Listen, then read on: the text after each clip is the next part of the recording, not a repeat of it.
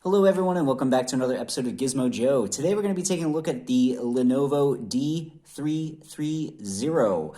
It is a convertible laptop tablet thing that you can get for pretty cheap. I picked mine up from JB Hi-Fi, which is an Australian retailer, for about 330 bucks. I did an unboxing roughly about a year ago, and I was actually quite surprised with the amount of fanfare that particular video got. So people were asking for a more traditional review. So here it is. I've been using this guy for about a year, and those of you who've been watching my channel know that I was looking for something that was really, really small because I do a lot of traveling. So I get on planes, I fly around quite a bit, and I wanted something really small and compact. So as you can see here, in relation to my hand, this laptop is very, very small. It is 10.1 inch screen, and as I mentioned before, it is a convertible tablet laptop thing. So you can actually just pull it apart like that and use it in tablet mode. You'll notice a little window comes up asking you if you want to use it in tablet mode. You can hit yes. And then when you reattach it to the base, which is sort of a magnetic latch, it just pops back on and that little message goes away. So I thought what I'd do is just quickly run down some of the pros and cons after using this for about a year. Now, I bought this knowing that it was a pretty low spec machine. It's nothing fancy. It's got a Celeron processor in here, and it's got 4 gigabytes of RAM, but I mean, there's not all that much flash to it. I'll pull up the properties for you guys. Let me just quickly have a look here.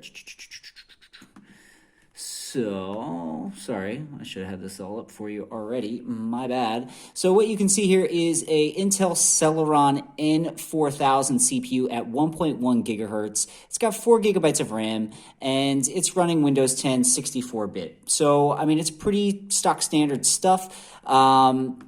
Nothing all that crazy. So, I mean, you're not going to probably do much video editing or anything on this particular guy. But again, that's not what I bought it for. I bought it primarily just for working on Word documents and catching up on work while I was flying.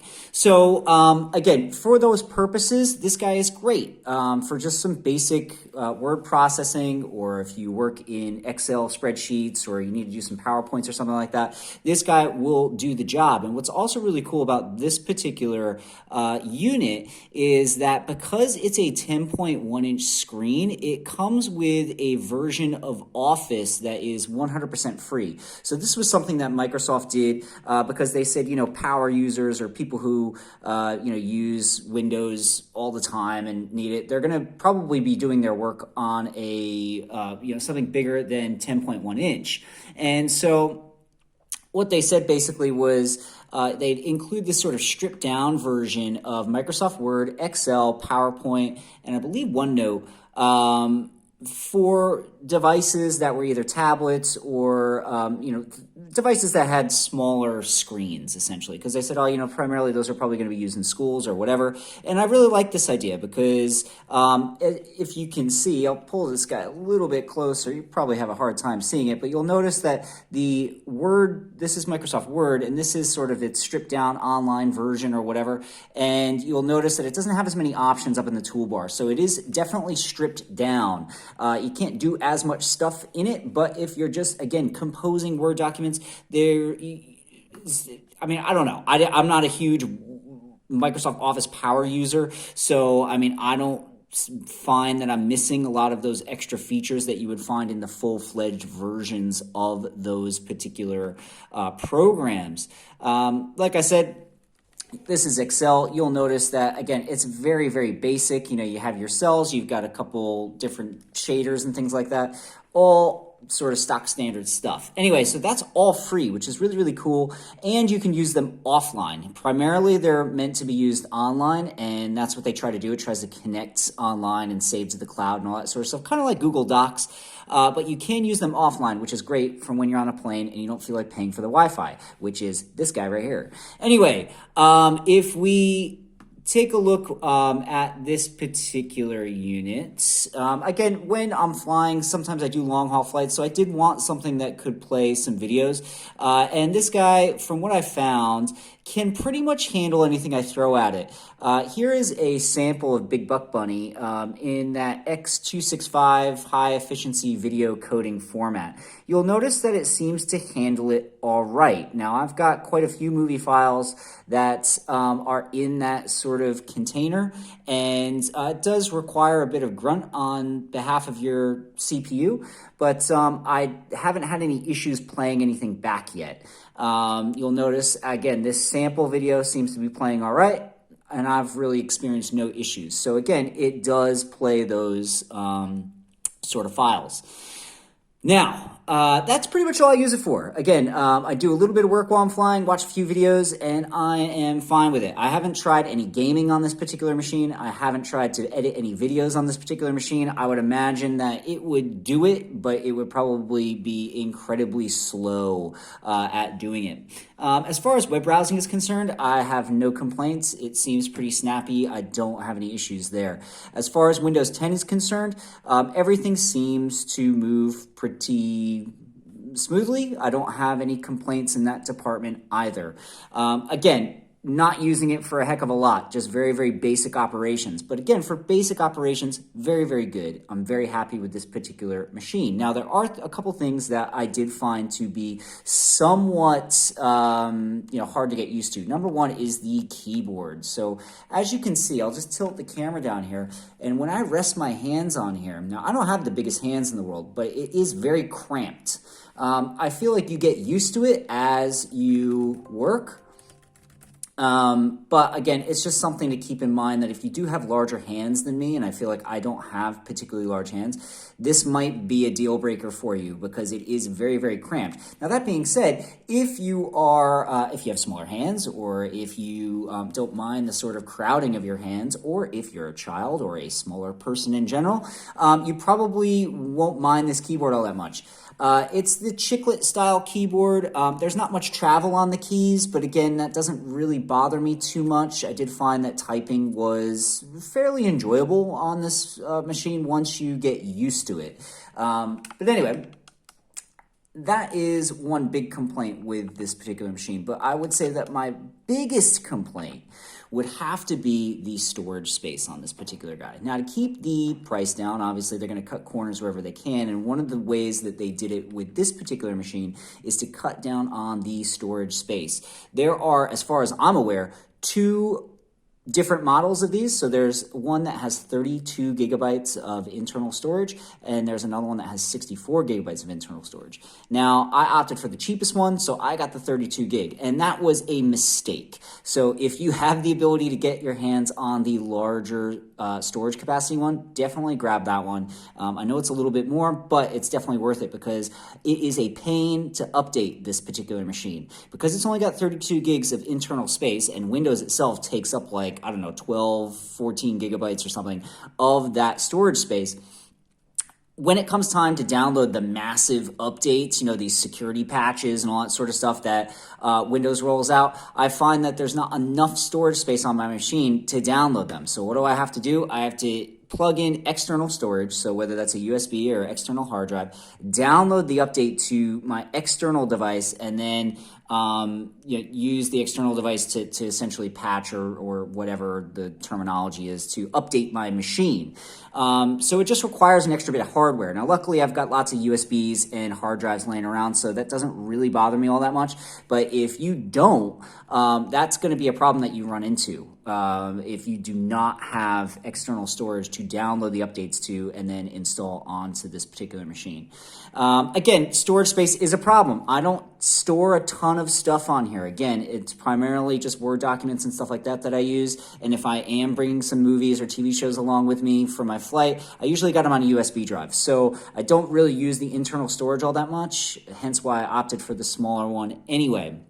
But what is cool, if I just remove this, I'll just quickly show you guys.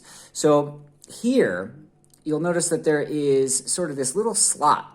and you can obviously pop a paper clip into that guy, and that ejects out, and you could actually put a micro SD card in there. Now, I've got a 64 gig micro SD card in there. I believe it goes all the way up to 256. I don't have a 256 card, so I can't test that, but I do have a 128, and I chucked it in there, and it did read it. Saw the whole capacity, so that's fine. So anyway, so I have a little 64 gig card in there that I chuck music and stuff onto. So you do have external storage in the little micro USB slot itself. The only complaint that I have is that sometimes, like let's say I'm downloading a file and it's fairly large for work or whatever, or I'm working with video files and I need to download something off of my server from home, because I have limited storage space internally, sometimes I'll say, oh, download it to the little SD card. Now the problem is, and this is what I didn't realize until much later, was that my downloads were always failing and I couldn't figure out why.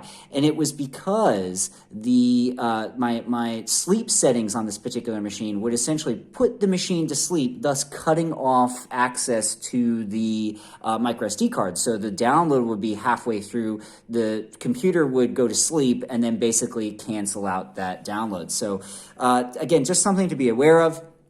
Bit of a pain.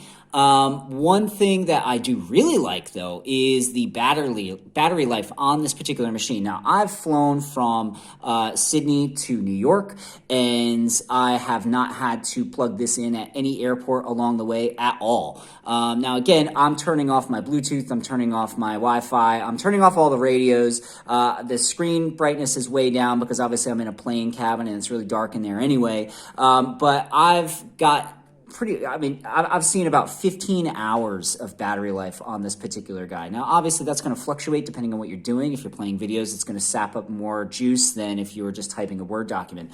But I've been really, really happy with the battery life on this particular machine. Even right now, if I scroll down to the bottom here, I'm on 20% right now. Now, granted, my battery saver is on, so obviously, in Windows, I'm trying to essentially shut down any unnecessary functionality to eke out more battery life. But with 20 minutes of battery, with 20% battery remaining, I have 3 hours and 59 minutes estimated remaining. Now, obviously, I'm not doing anything right now, so that number will fluctuate if I started, say, working on something. But, for 4 hours, that's pretty good. So you multiply 4 times 5, that's 20 hours. I'd say that's ridiculous. But, again, it's really, really good battery life. I'm really, really happy with it.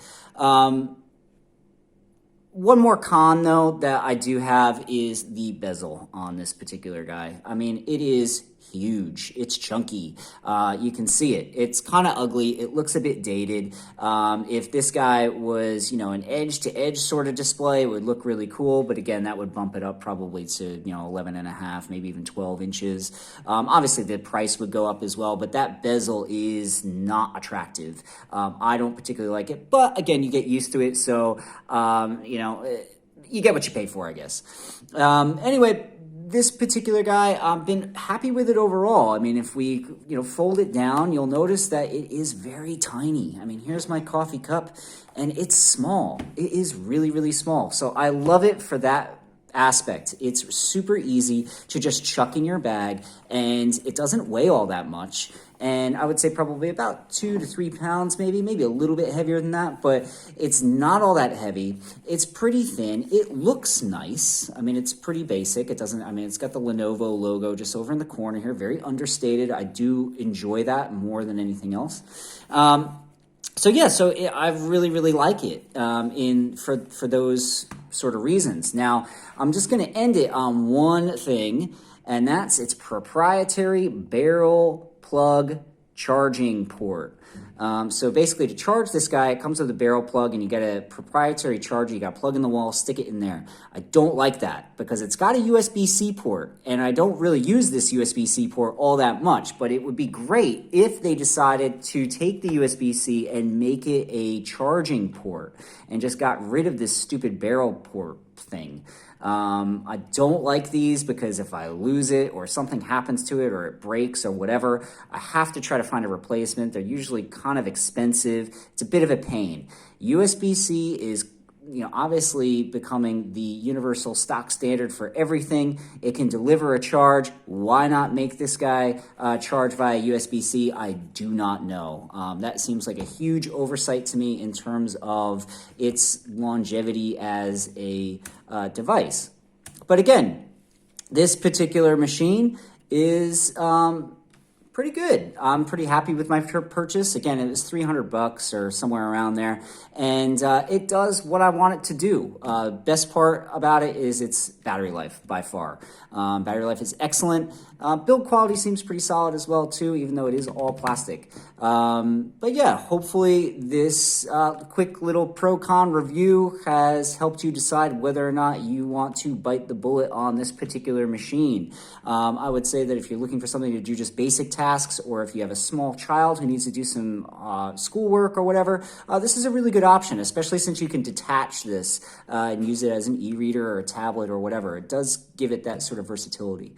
Not the most powerful machine in the world, but again, battery life is excellent, and it does what I wanted to do. But anyway, hopefully this has helped you guys out. That's going to do it for me today. Thanks for watching. Don't forget to subscribe, and I hope you guys are all staying safe, washing your hands, etc. Anyway, this has been Gizmo Joe, and I am signing off. Stick around for a new video next week.